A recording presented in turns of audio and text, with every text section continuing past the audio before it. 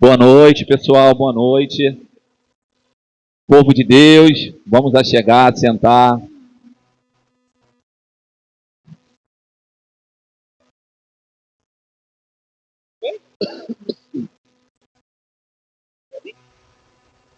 Pega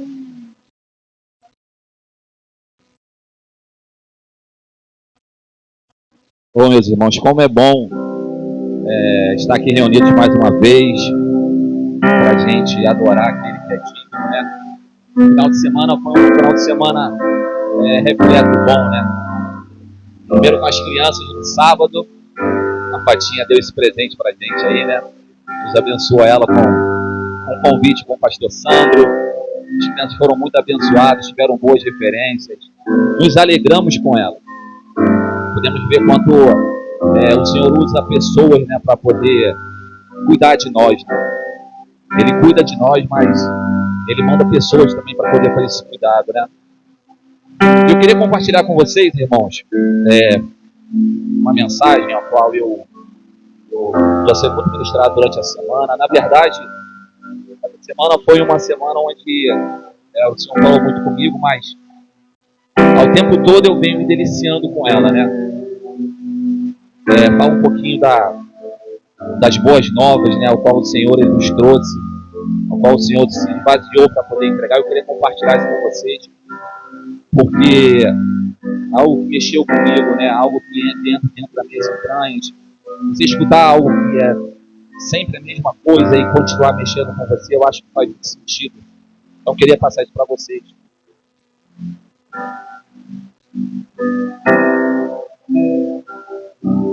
Eu vou ler, gente. Quem puder prestar atenção, vai ser uma bênção, amém?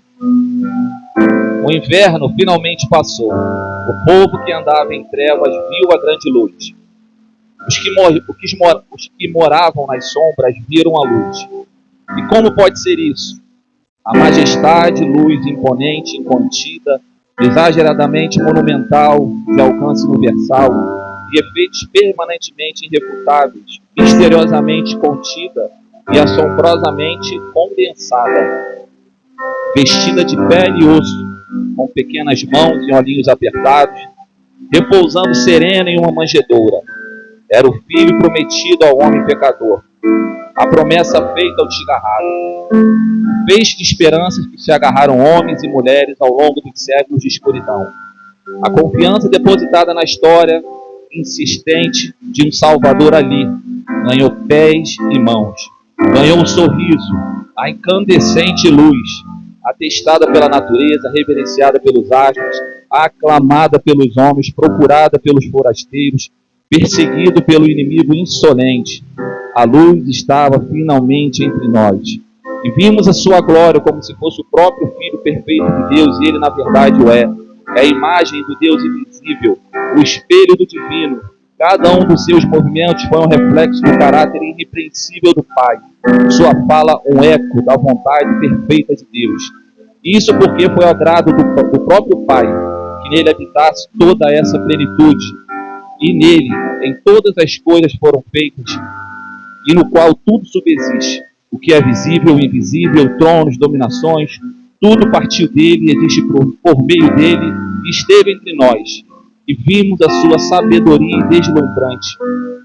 Ainda menino, discutindo com gente já vivida, vimos a sua graça e bondade. Quem tocaria em gente impura? Quem comeria com os pecadores? Vimos o seu poder sobre homens, demônios, até mesmo sobre a cura dos mares. Ouvimos o escândalo de sua mensagem, subverter na cabeça os que confiavam em si mesmo. Vimos o seu amor, estava conosco o próprio amor. O que fizemos com esse amor? Nós matamos. Sim, matamos o amor. Porque nós não éramos outra coisa do que inimigos mortais de Deus. Avesso de seu padrão, rivais da sua bondade, opositores da justiça. Não queríamos o seu amor e nem pedíamos por sua graça. Não podemos oferecer outra coisa ao menino Deus que não fosse a própria morte. Levamos para o madeiro para confirmar nossa terrível inimizade contra Deus, e ali pendurado rimos, zombamos, blasfeteamos contra a luz. Uns se esconderam, outros fugiram, mas de um de nós o amou até a morte. E enquanto pensávamos que era um pobre aflito, ele estava, na verdade, levando sobre si o nosso próprio castigo e miséria. Em sua carne rasgada, nossas feridas eram curadas, e por meio do seu sangue, nossas maldições eram exorcizadas. E quando recebeu o castigo misterioso da ausência do próprio Pai, fomos reconciliados. Morreu o Cristo, em vergonha e desprezo, e sob a pesada mão furiosa, esmagadora da ira de Deus, morreu.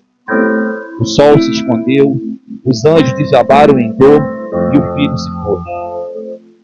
Mas como pode a morte, que nada mais do que suas servas segurar? Como poderia sucumbir sobre o castigo de Deus aquele que suporta toda a sua justiça, pois é Deus?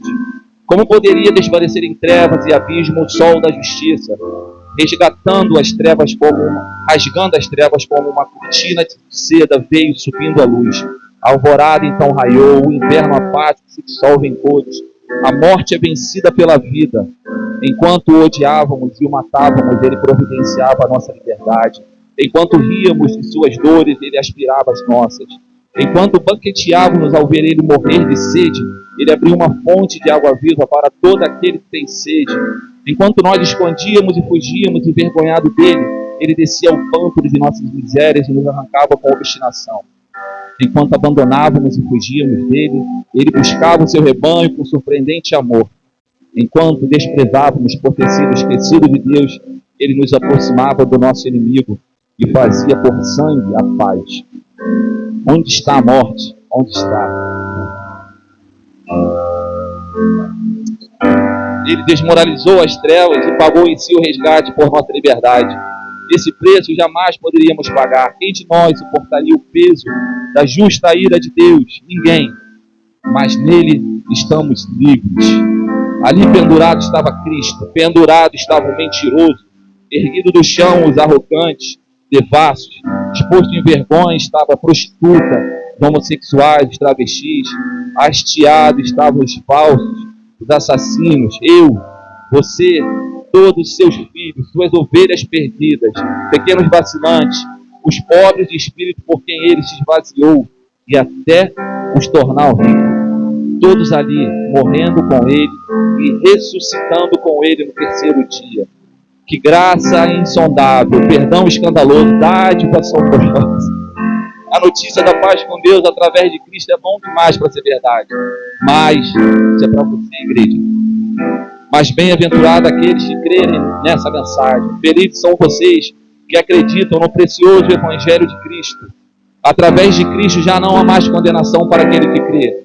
Para este tudo foi consumado, o perdido encontrado, o rebelde trazido de volta ao seu lar. Ele nos entregou na mão do Pai.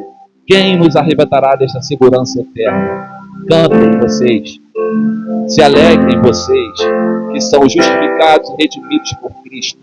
Cristo é o nosso bem sublime.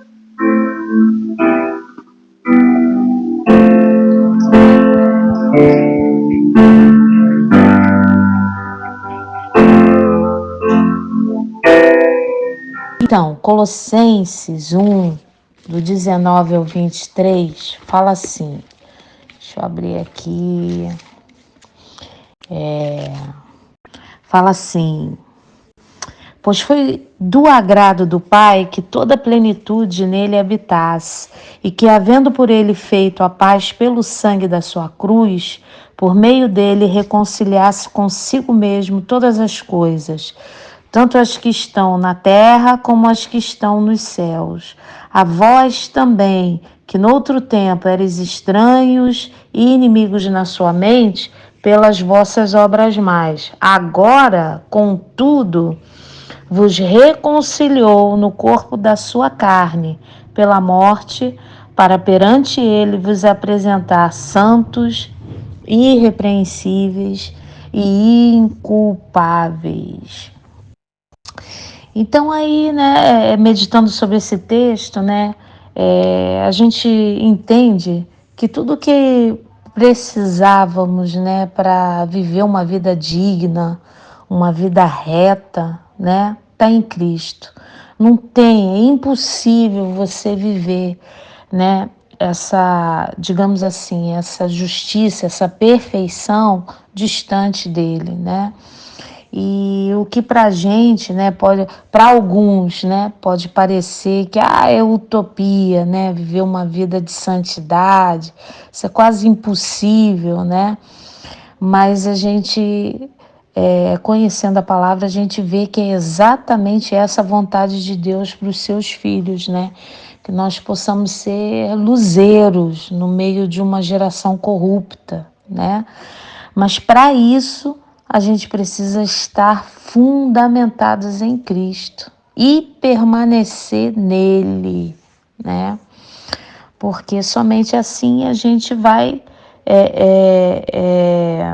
viver o propósito, né, que ele tem para cada um de nós, que é ser santo, irrepreensível, inculpável, né?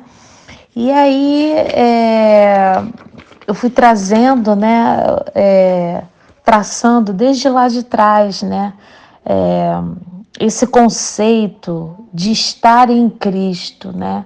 Quando a gente vê lá Êxodo, né, Deus chama Moisés com um propósito maravilhoso para a sua geração, né, de tirar o seu povo do Egito, usa aquele homem de maneira tremenda, e a gente vai percebendo que com Deus é assim, né? Você vai passando por uma etapa e Deus te eleva para uma outra etapa e assim vai, né? De glória em glória. Então Moisés já tinha sido usado por Deus, né? Viu os milagres, viu o sobrenatural, né? Na tenda lá da congregação, quando a Shekinah se manifestava ali na tampa do propiciatório, né? Mas ele não se contenta com isso, ele vai querendo mais, né? E aí ele chega num ponto lá em Êxodo 33 que ele quer ver a face do Senhor, né? E aí Êxodo 33, 21 fala, né? No 20, e acrescentou: não poderás ver a minha face, pois homem nenhum pode ver a minha face e viver. Disse mais o Senhor: eis aqui um lugar perto de mim, aqui sobre a penha te porás. Quando a minha glória passar, eu te porei numa fenda da penha e te cobrirei com a minha mão, até que eu tenha passado. Depois, quando eu tirar a mão, me verás pelas costas, mas a minha face não se verá. Então, quando eu penso nessa coisa de estar em Cristo, eu lembro dessa passagem, né? Que ali era impossível, né? Moisés ter aquela experiência sem ser fulminado, mas Deus, através da sua maravilhosa graça, ele encontra um jeito, ele encontra uma forma que ele poderia atender, né, o seu amigo, né, num pedido tão glorioso, né, de ver a glória de Deus, a face, né, mas ele se contenta em ver ali de costa, né, para não ser fulminado. E aí quando a gente vai lá, né, e lembra das palavras de Jesus, lembra disso? Que ele, João 15, quando ele fala que ele é videira e que o pai dele era o agricultor, e da necessidade de nós estarmos nele e ele em nós, né? Para que nós pudéssemos ser frutíferos, né? E mais além ele vai falando sobre a necessidade de permanecer, não basta estar, tem que permanecer, né? Capítulo 15 de João, né? E aí tem essa experiência maravilhosa que faz com que Moisés experimente a glória de Deus, né? E dessa experiência, né, no capítulo seguinte, a gente vê que quando ele desce do monte, o rosto dele resplandecia, né? Porque a tendência é essa: quanto mais você se aproxima de Deus, mais você revela Deus através da tua vida, você transpira isso, né? E foi assim com Moisés. Mas aí lá em 2 Coríntios, Paulo fala que na realidade era uma glória que devanecia. Lembra que ele botava um véu no rosto, né? E aí Paulo fala, né, em 2 Coríntios, né, que nós e todos nós com o rosto cobertos, refletindo a glória do Senhor, somos transformados de glória em glória na mesma imagem como pelo Espírito Santo, né? Ou seja, que através, né, da graça que foi derramada na cruz, hoje nós temos, né, um privilégio infinitamente maior, que nós podemos viver essa transformação de glória em glória, né? E se não estamos vivendo isso, né, o que deu errado, né? E aí, né, fui falando isso, que hoje em dia, com essa graça derramada na cruz, a gente pode contemplar a face de... O desejo de Moisés se cumpriu através da obra de Jesus Cristo, né? E aí eu lembrei de Zaqueu, que Zaqueu, pô, ele tinha apenas uma curiosidade de ver Jesus. E essa curiosidade, né, fez com que ele fosse visto pelo Senhor, e desse encontro trouxe uma transformação, né? Poxa, se levantou, né, percebeu, reconheceu o seu pecado e se levantou querendo restituir todo o mal que ele tinha causado, né? E quem é que tem esse poder? Meu Deus, só mesmo essa obra maravilhosa, né, salvadora da cruz, né? E aí falei também, né, citei outra passagem lá de Neemias, que estar em Cristo é permitir, né, ter a sua vida reedificada. E aí eu lembrei daquela passagem de Neemias, quando Neemias, né, ouve falar do que acontece lá em Jerusalém, a situação da cidade, e aí ele se entristece e ele recebe, né, a autorização do rei Artaxerxes para fazer aquela obra maravilhosa que é a reedificação dos muros, né? No capítulo 4 fala assim: quando Sanbalate ouviu que reedificávamos o muro, ficou furioso, se indignou muito e zombou dos judeus. Disse na presença de seus irmãos e do exército de Samaria: que fazem esses fracos judeus? Será que vão reedificar o muro? Irão eles sacrificar? Acabarão a obra num só dia? Conseguirão vivificar as pedras que foram queimadas? Tobias, o amonita, que estava ao seu lado, disse ainda que reedifiquem, vindo uma raposa, derrubará o seu muro de pedra. Então, o cenário era o pior possível, né? Era um cenário desastroso, era uma cidade destruída, né? Casas, famílias devastadas, né? E Neemias se levanta lá para a reconstrução dos muros, né?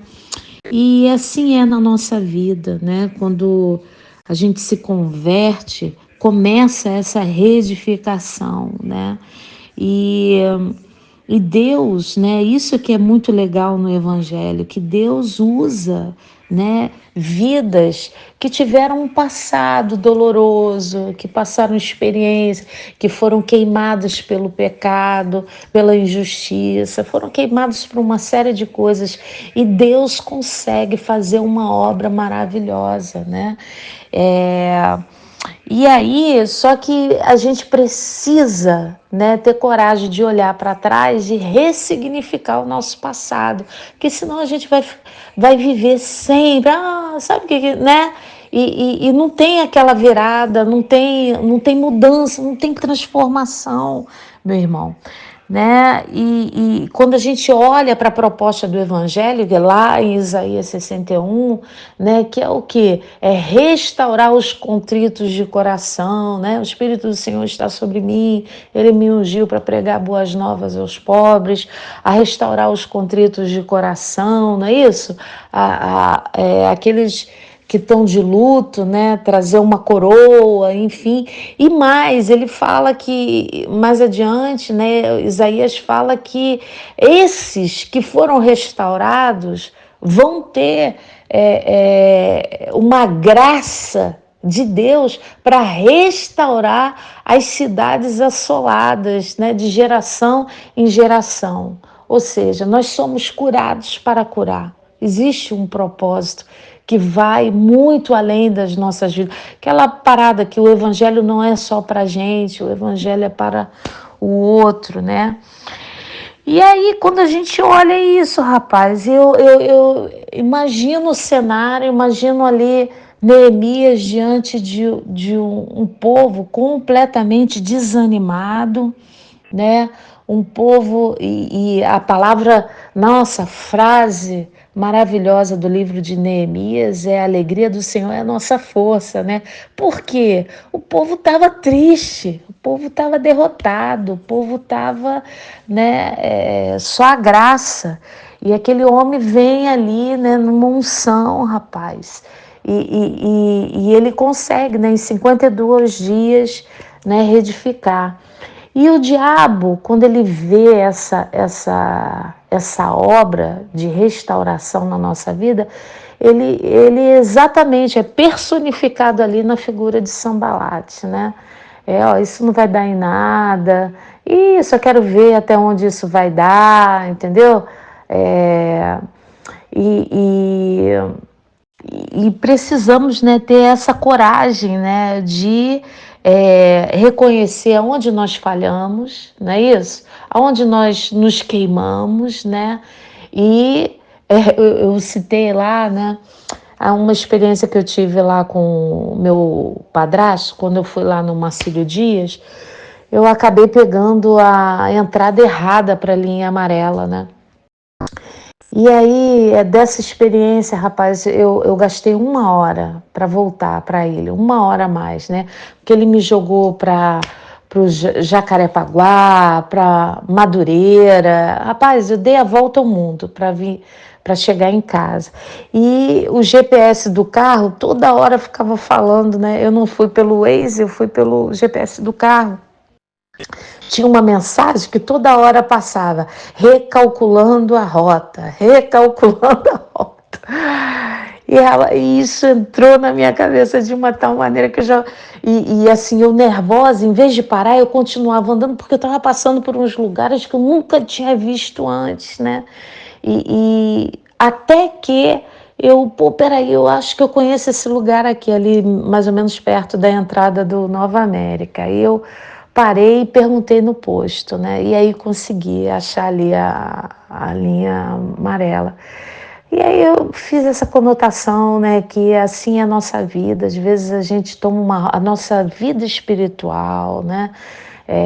Nosso chamado, às vezes entra numa rota, meu irmão, que você tem que parar e recalcular a tua rota. Para onde você está indo mesmo? O que Deus te chamou, entendeu? E é isso, né?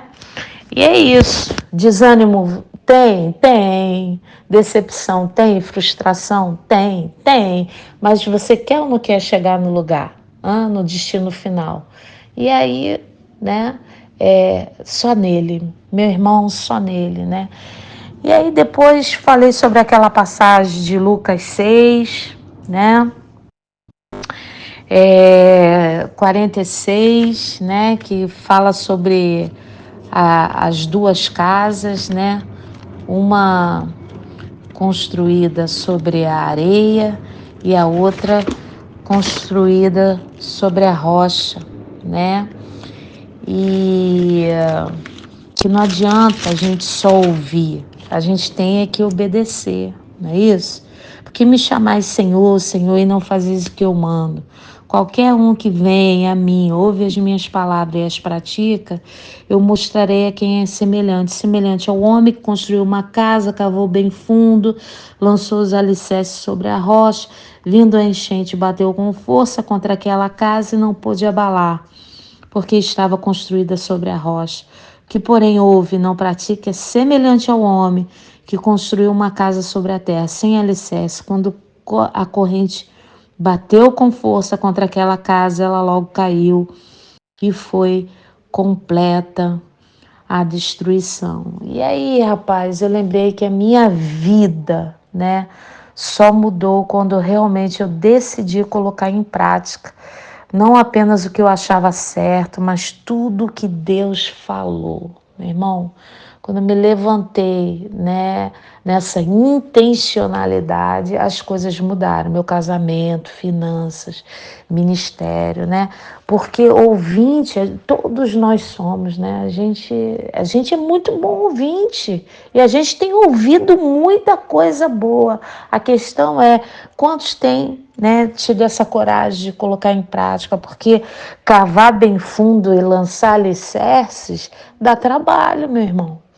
Não é algo que mostre resultado imediato, entendeu? Demora um certo tempo. A gente quer já ver a fase do porcelanato, da textura na parede, mas uma casa sem alicerce, sem fundamento, ela é só uma questão de tempo. Um dia a casa vai cair, né? E isso é sacrifício. Isso envolve abnegação, sabe, renúncia.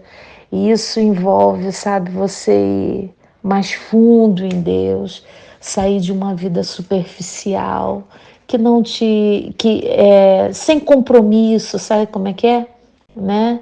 E nossa, Deus falou muito forte isso comigo, né? E até comentei que sempre corta primeiro pra gente, né? Essa experiência deu um desânimo com igreja, com ministro. Meu Deus, será que eu estou no caminho certo mesmo, né? Será que é isso? Será que eu não entendi errado? Aí Deus, rapaz, me levou lá naquela experiência que eu tive no IHOP, que foi realmente, olha, tudo desabando aqui, restaurante falindo. E Deus tirou um tempo, me levou lá na sala de oração no IHOP. E aí, quando eu entrei, porque lá na sala de oração, além da intercessão, do louvor, tem também os profetas, né? Que ficam na salinha. E quando eu fiz o curso lá, né, eu entrei na salinha e, pô, ninguém me conhecia, ninguém sabia nada, rapaz, era uma coisa de Deus mesmo. E tinha dois profetas, né? Um entregava a profecia e o outro julgava. E o meu inglês não estava lá muito, essas coisas, eu gravei, eu tenho até hoje gravado isso que o cara falou lá. E disse, olha, tudo que você viveu, né, muitos vão achar que você está maluca, mas não, sou eu, filha, sou eu que estou movendo tudo isso. Tudo que você viveu foi a fase do leão e do urso, mas o que eu tenho para você é o gigante, a fase do gigante, né? Aquilo que eu falei, que a gente vai tendo experiências com Deus e a ideia de Deus é a gente ir mais fundo, a gente ir crescendo, a gente ir, entendeu? Assim como Moisés foi passando as etapas e querendo mais, né? E aí o profeta falou, olha, mas o que eu tenho para você é o gigante, a pedra já está na tua mão, lança, filho, lança a pedra. E aí, rapaz, é assim que Deus fala, né? E é assim que Deus nos consola, né? E ali, ó, sou eu mesmo, fui eu que falei, né? E tem momentos que parece que tá muito difícil, mas eu tô nesse processo. Sou eu que estou trabalhando. E aí isso trouxe, né? Trouxe paz, trouxe essa palavra ali que eu preguei, né? E aí eu lembrei, né? Eu falei de Moisés, cara, quando você olha, né? Deus usa aquele homem com sinais, prodígios de maravilha, e a princípio ele tinha uma vara, lembra? Com aquela vara ele fez várias coisas, inclusive o mar se abriu, né? Mas quando você olha para a vara, o que era a vara? Era um pedaço de pau, meu irmão. Era um pedaço de pau qualquer, entendeu? Mas com a palavra de Deus, aquele pedaço de pau, né, ele tomava uma forma diferente. A própria, essa passagem de Davi com a pedra, né? Cara, eu creio, e a Bíblia diz que eram pedras do rio, era um seixo, não tinha nada de anormal na pedra, era uma pedrinha comum, né? Mas diante da palavra de Deus, aquilo se tornou uma arma poderosa contra gigantes, né? Sansão consegue matar 1000 homens com uma queixada de jumento, cara. Era um osso, era uma ossada, né? E aí, né, a gente olha para a cruz, meu irmão. Quantos foram crucificados? Não foi só Jesus que foi crucificado pelo Império Romano, mas depois de Jesus, a cruz nunca mais seria a mesma, entendeu? Assim é na nossa vida, Jonathan. Quando a gente se posiciona, entendeu? Nas mãos desse Deus maravilhoso, sabe? Ele ressignifica a nossa história, sabe? E nós podemos viver uma mudança tremenda, meu irmão. Sabe? Jesus Hope é uma pedrinha, cara, é um pedaço de pau. Mas se a gente se levantar para fazer a vontade de Deus, meu irmão, esse troço vai crescer, né? E o que a gente tem que fazer é isso, né? Mas para a gente alcançar essa boa, perfeita vontade de Deus, cara, só com uma mente renovada. Só com uma mente renovada, senão tem que estar em Cristo, porque senão, meu irmão, a gente não consegue alcançar esse lugar, não. E aí, fechei com 1 de Pedro, capítulo 2, né? Pensei no louvor, aí não deu para cantar o louvor, né? Mas com o instrumento, mas aí foi no gogó e ficou tão bonito, não aguentei, me acabei de chorar lá, ouvindo a igreja cantando, né? Eu amo quando a igreja adora. E aí, 1 de Pedro 2, 4, né? Fala assim, chegando-vos para ele, pedra viva, rejeitada, na verdade pelos homens, mas para com Deus eleita e preciosa, vós também, como pedras vivas, sois edificado como casa espiritual, para ser de sacerdócio santo, a fim de oferecer de sacrifícios espirituais aceitáveis a Deus por Jesus Cristo. Então, assim, o legal dessa passagem é quem está escrevendo, né? Uma pedra queimada, né? Simão que se tornou, né? Pedro, e a autoridade, né? Aquilo que eu falei, né? Os muros, as pedras queimadas, tudo que você viveu, tudo que você sofreu serve de base de sustentação para outros, né? É aquilo, te dá autoridade para aconselhar, entendeu? Poxa, isso é muito mais do que letra, entendeu? E é isso que Deus quer, né? Nós fomos chamados para isso, para sermos testemunha.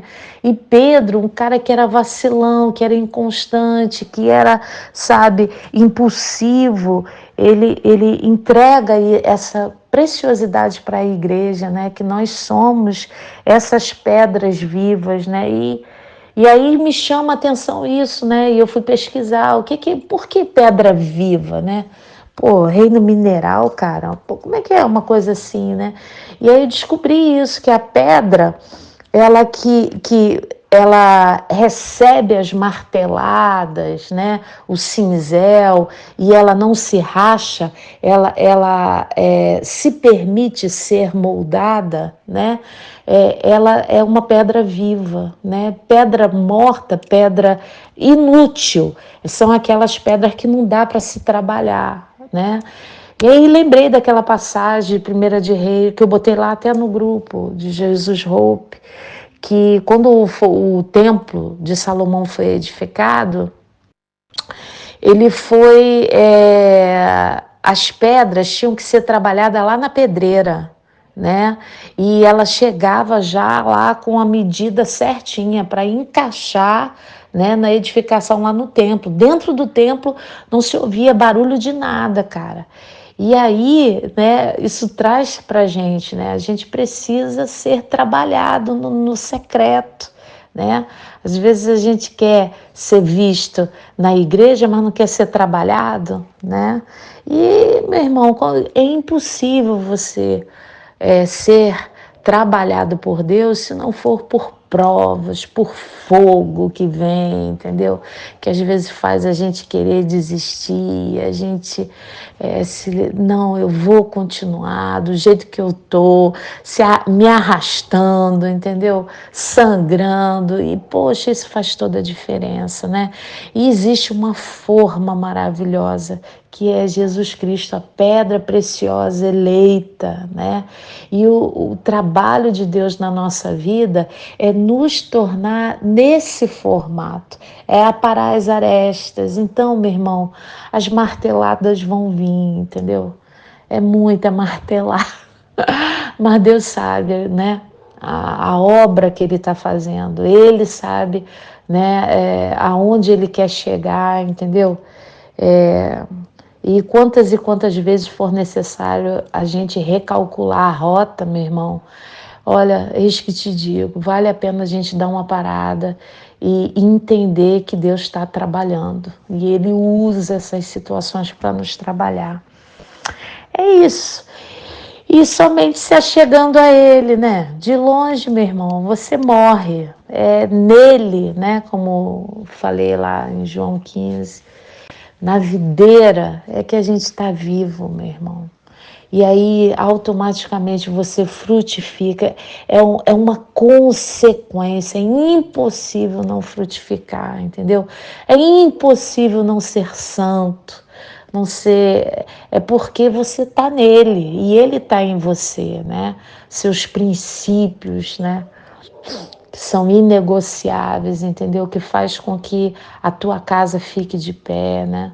Tudo pode ser abalado, mas a tua fé vai permanecer. Amém? Até a volta dele. É isso, meu filho.